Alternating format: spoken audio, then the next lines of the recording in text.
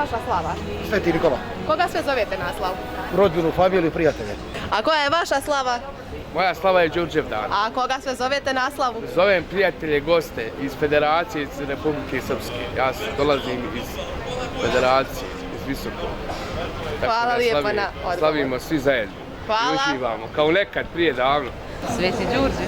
A koga zovete na slavu? Najbliži i najdraži. Sveti Stefan. A koga sve zovete na slavu? Sad vrlo malo. Đurđevdan. A koga sve zovete na slavu? Po prijatelju, naše kumare.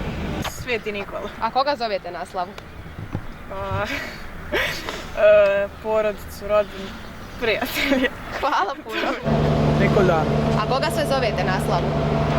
Moje prijatelje, kumare, rođaka. Koja je vaša slava? Đurđevdan. A koga zovete na slavu? Prijatelji. Jovan. A koga sve zovete na slavu? Ne znamo još ove godine. Jovan dan. A koga sve zovete na slavu? Naša je slava, najbolja slava. Koja? Đurđevdan.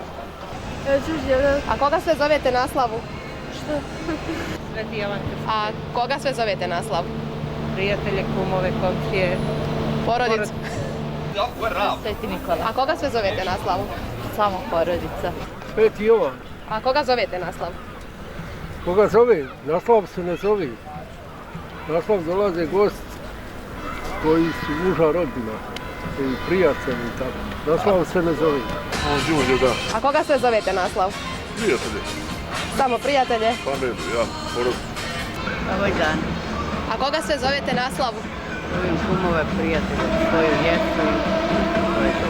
Đurđevdan. Koga sve pozivate na slavu? Najbliže. A to su? Rodbina. Koja je vaša slava? Moja slava? Da. Sveti Vasilij.